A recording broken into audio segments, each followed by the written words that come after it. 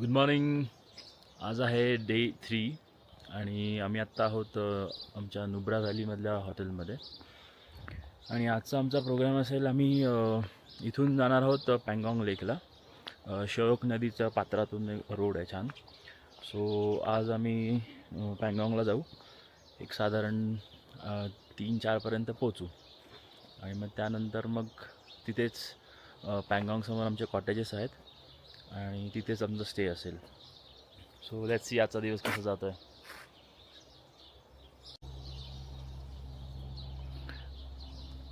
इथे लडाखमधील एक वैशिष्ट्य म्हणजे की इथली घरं असतील किंवा इथले हॉटेल्स असतील, हे सर्व त्यांना जो थोडा भाजीपाला लागतो, काही लेट्यूस आहे, कॅबेज आहे, मिरच्या आहेत, हे सर्व हे इथल्या इथेच उगवतात लोकली. आणि हे ॲपल्स आहेत.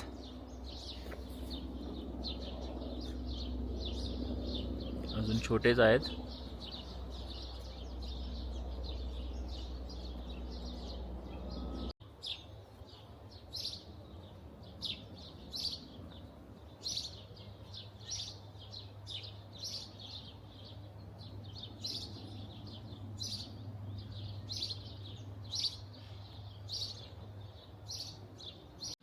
Okay, let's start.